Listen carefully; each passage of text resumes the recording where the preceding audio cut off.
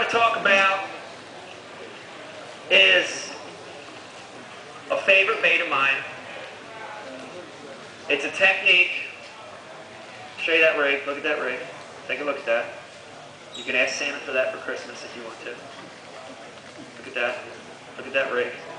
Look at that rig. I know you're looking at it. I know you're looking at it. Look at that rig. Got a little tiny trout hook tied in line with a weight below it, a little bit shorter leader. Who knows what that rig is?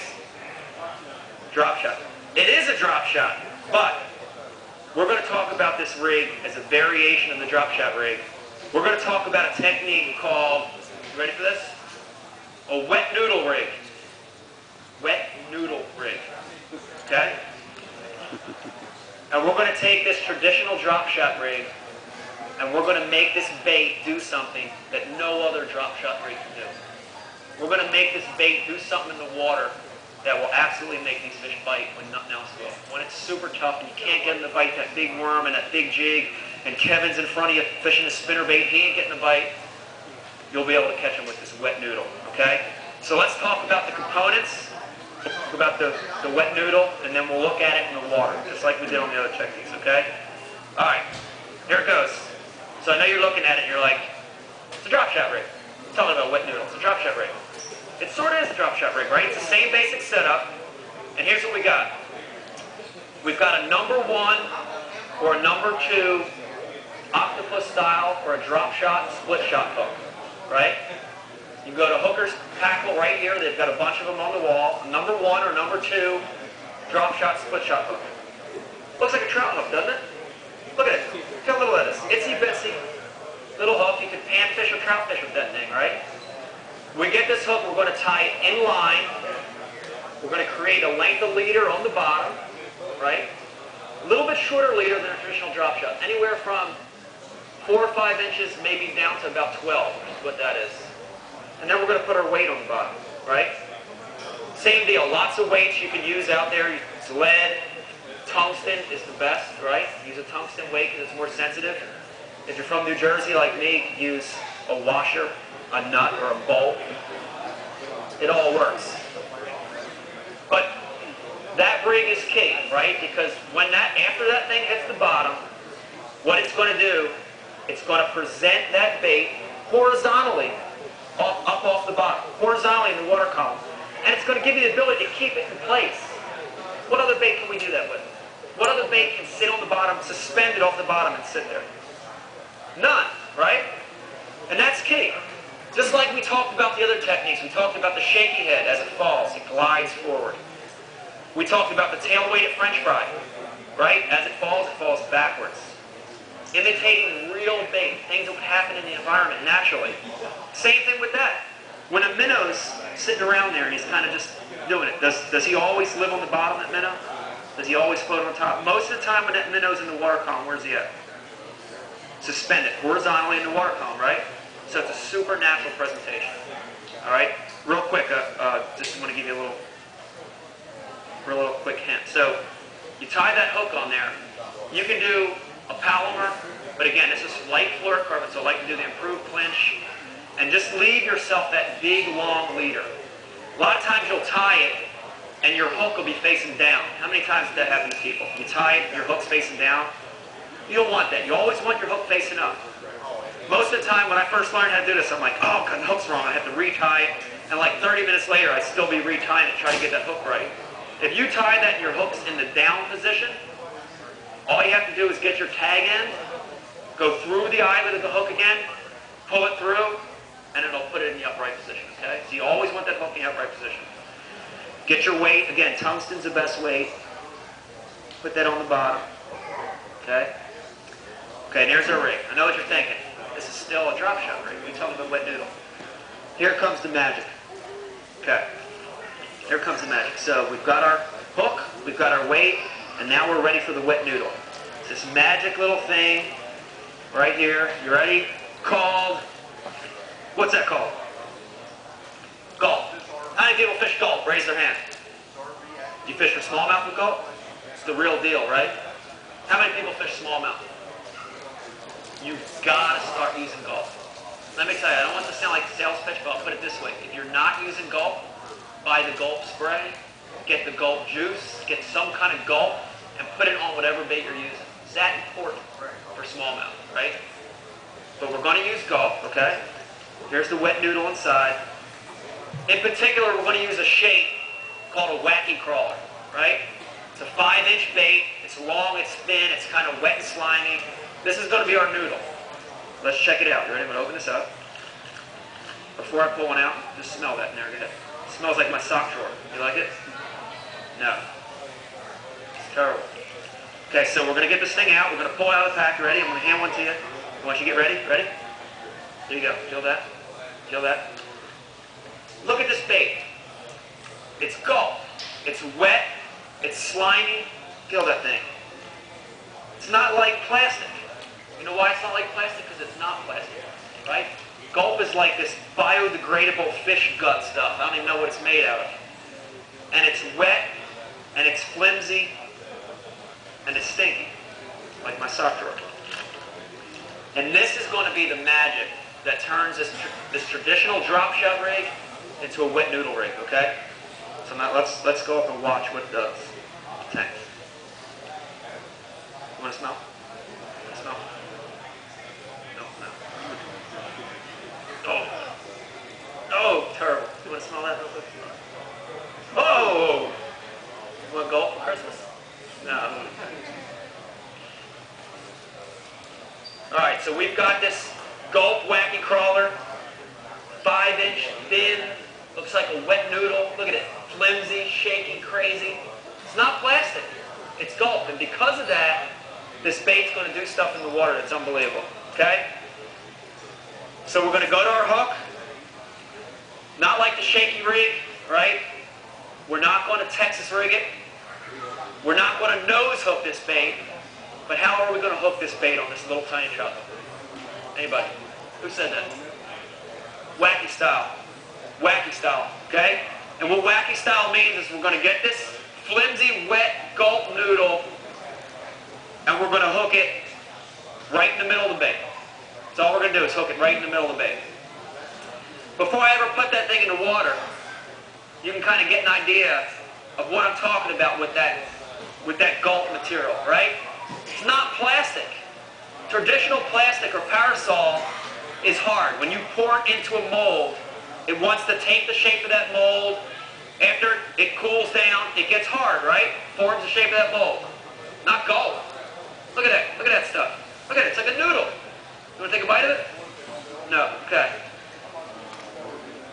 Now when we throw this out there, just like we talked about in the first seminar about ratios of when you're going to get your bites, right? In the first seminar, the shaky head was a what percentage bait? Who said that? 50-50 bait, right? Half of your bites on the shaky head are going to happen on the fall, and the other half are going to happen on the bottom. Then we talked about the tail-weighted French fry, and we said that was a what? 80-20 bait, right? 80% of the bites come on the fall, 20% come on the bottom. Now let's go to the wet noodle. And once again, just like the shaky head, this thing's going to become a 50-50 bait. So half of the bites you get on this thing before it ever hits the bottom, you're going to get a bite. The other half, boom, weight hits the bottom, line bellows out. We're going to do something with our rod tip, and the other half of the time we're going to get a bite that way, okay? So just like before, this half of the room, you'll be the fall. That half of the room, you'll be the bottom, okay?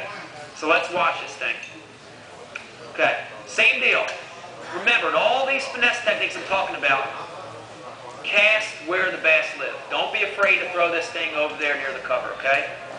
And just like the first two techniques, when we make that cast, we throw it over toward that rock, we don't want to let it fall on a tight line, right? Because if we let it fall on a tight line, what's it do? Pendulum's back. We don't want to do that. We don't want to cast it over there, make the perfect cast, and then go, oh, wait a minute. Got a bird's nest there. Let me get that out. Got an itch on my leg. Itch on my butt real quick. And then you get to start fishing it. Then you lose that 50%, okay? So we want to cast this thing near the cover, and we want to let it fall on a what? Who remembers?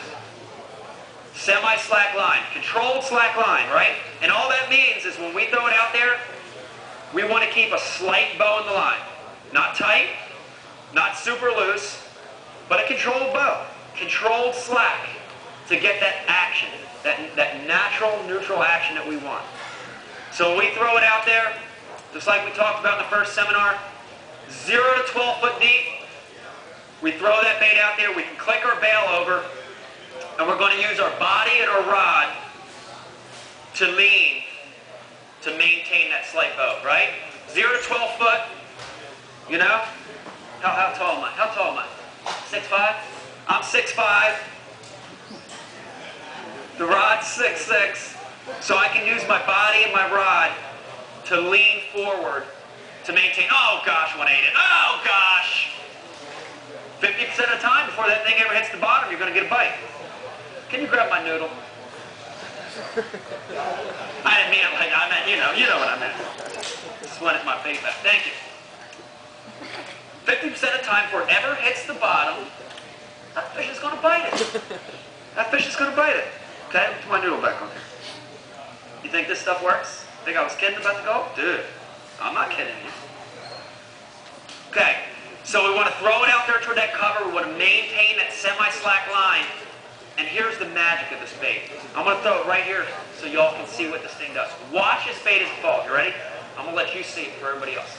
It's going to fall quick. It's not deep here, so keep your eye on it. Ready? Watch it. Do you see that? Okay? So here's what this bait's going to do.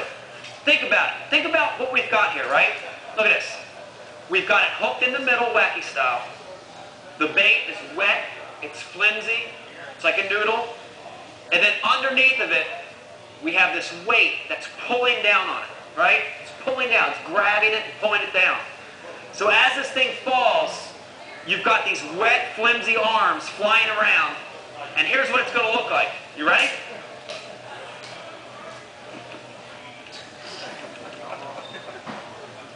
Isn't that what it looked like when I threw it down? Sort of, kind of. Okay. That's what it's going to look like, right? Think about it. It's wet, it's flimsy, its weight's pulling it down, these arms are going crazy. And 50% of the time before that thing ever hits the bottom, one's going to go, thump, and you're going to go, oh, I got him. Okay? So let's throw it out there. They'll always throw it near that cover. Maintain a semi-slack line, controlled slack. Oh, gosh, can't keep them things over there.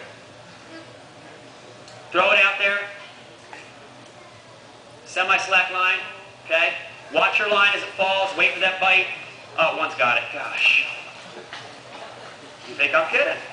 Woo was up here. He could barely catch one. Joe Thomas, he hadn't had a bite in like a week fishing these fish. You know what's sad to think about? Never give up! You know what's sad to think about? I lost last year. I don't even want to dwell on this, but I want to mention it anyway. Last year I fished, 2 years, last February, I fished the Bassmaster Classic. I lost by 8 ounces. That same summer, $500,000 first place, by the way, came in second. Less than 7 months later, I fished a tournament FLW in Pittsburgh, and I lost by 3 ounces.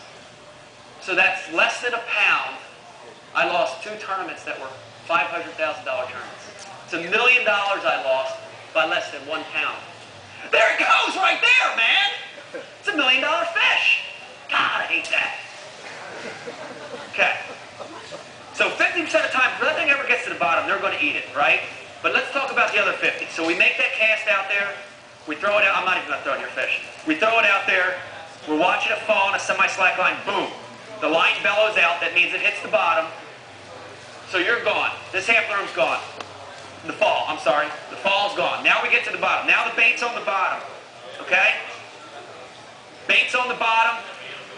Remember the weight's down here, the bait's up top. We're in that strike zone, we're right near all those fish. My noodle fell off. Somebody's gonna come by and eat this, watch this. So it hits the bottom, okay? So here's what we're gonna do.